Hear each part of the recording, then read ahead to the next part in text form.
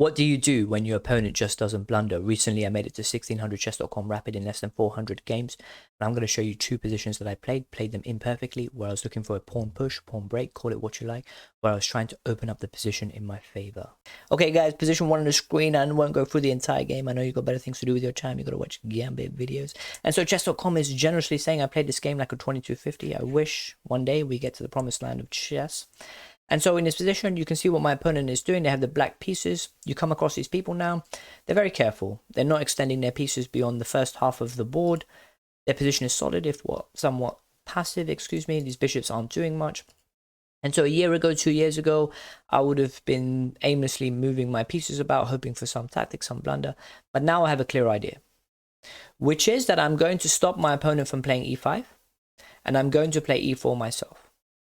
And if you read about the classical Dutch a little bit, you read, say, Grandmaster Simon Williams' book on this, he does talk about this. He's a proponent of the Dutch. He says you must stop white from playing e4. And so in this position, obviously e5 is out of the question. It is a triple protected square. However, we're not ready to play e4. And so I make this preparation move here, queen to b1. Okay, for some reason, the engine sees queen to c2, knight b4, queen b1 as a better variation, but I couldn't see why. And so in this position, my opponent plays this move, knight to b4. It looks a bit weak. We have a3. The knight has to move. It goes to the edge of the board. Maybe that was the point. The bishop wants to reroute to c6 and basically become more active along this diagonal.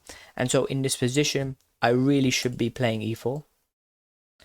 However, I try to be cute by playing this move bishop to d3. It's an inaccuracy because my opponent can put this under pressure by playing this move knight to h5. If I play e4 now, we have knight to f4, threatening to take the bishop pair. My opponent doesn't see through that. Obviously, you'd have to be quite a strong player to see that kind of stuff. And instead, in this position, plays this weak move queen to c8. I couldn't understand that.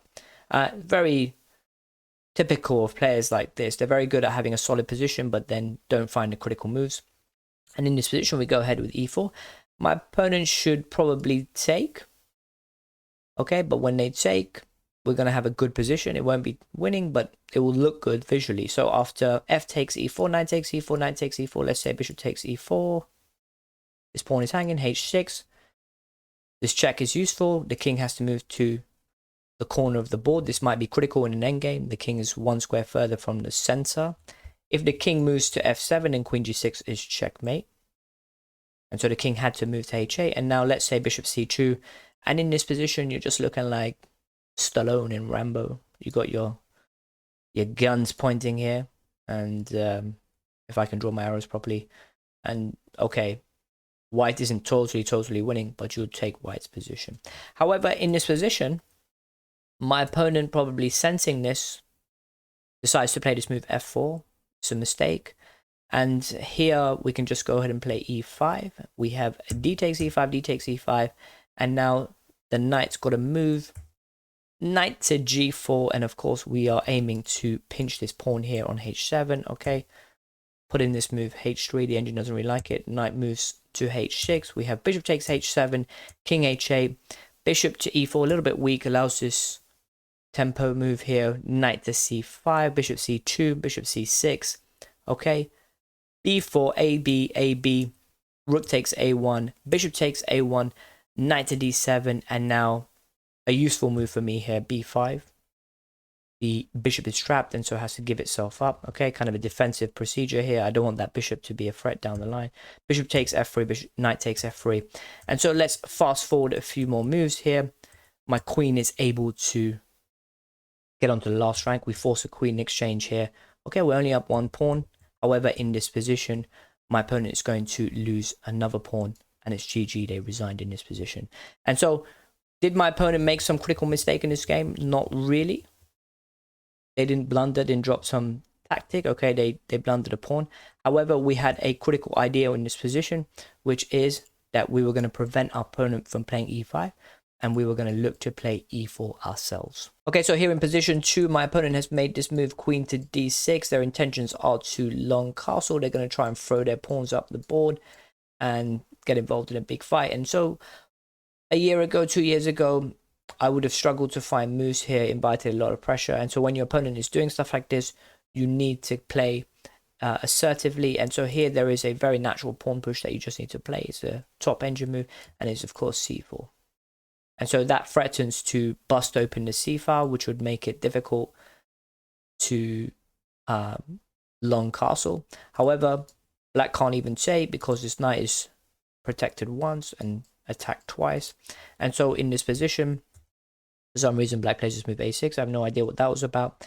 Here, I play this move rook to d1. Okay, so my knight can't develop at this moment, because in this position, knight e2 is a fork on the queen and rook. And so I play this move rook to d1. We have e6. This is what I was hoping for.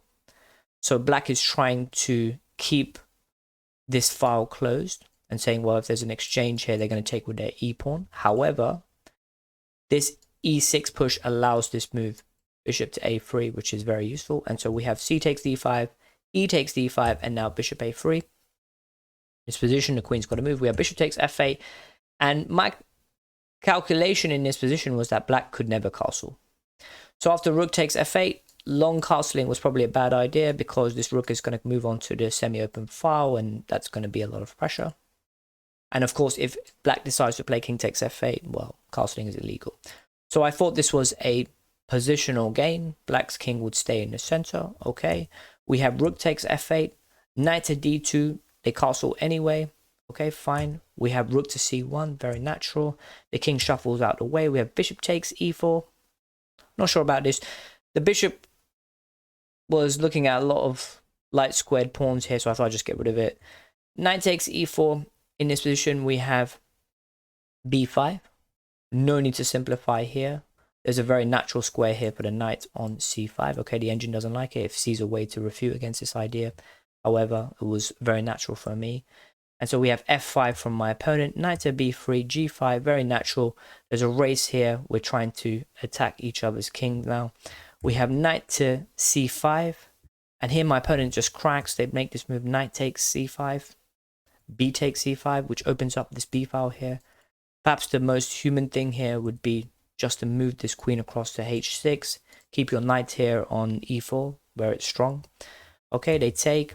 And now we have a queen exchange, maybe? No, you can dream on. You can also hope to win the lottery. There's no queen exchange here. Okay, f4, rook to b1. Notice in this position, the pawn on a6 is hanging. Black is sensing danger now, trying to shuffle his king out of the way. It's kind of too late now. We have rook to b6, f3. And in this position, again, a year, 2 years ago, I think I would have engaged. You know, tried to push the pawn up, or push, or just take on f3. Here you don't need to. You can just continue with your threat here on b2. And notice that f takes g2 isn't a check, so black doesn't really have anything. And the immediate threat is here on b7. Okay, my opponent sees this. We have rook to b8. Rook to b1. There's a triple attack here, and I think the engine wants you to just give up the queen. There's no way out here. Black starts to shuffle its king across to the center of the board, and you see what I was trying to say at the top here. Black's king sort of had to stay in the center. We have rook takes b7, rook takes b7, queen takes b7, the king moves across. Queen takes c6, check. King f5, queen d7, check. Goes for a queen exchange. And in this position, I played a very weak move. I went for the exchange here. However, what would have been much simpler in this position is queen to h7, check. And if they go for the queen exchange again, we have g4, check. And let's say they move here, we're going to obviously take, and this is checkmate. And if they decide to shuffle their king across up, say one square, then obviously this is checkmate. However, I did go on to convert this game, albeit by the skin of my teeth. Okay, it just goes to show we have tons to learn in chess. However, what's important in this position is that my opponent has this intention. After queen to d6, they're going to castle long. Okay, and there's no time to waste here in this position. c4 is critical move. It puts pressure on the black. And these are the type of pawn pushes that you should look for in your games. Okay, one final tip. Don't go. Is there are no hard and fast rules in chess. Sometimes a pawn push won't be the right answer. Sometimes you got to target weak pawns, get your knights to outposts. I have an entire Improve Your Chess series on my channel somewhere. Put a graphic up on the screen right now. Hit the subscribe button, hit like. Thank you very much for your time.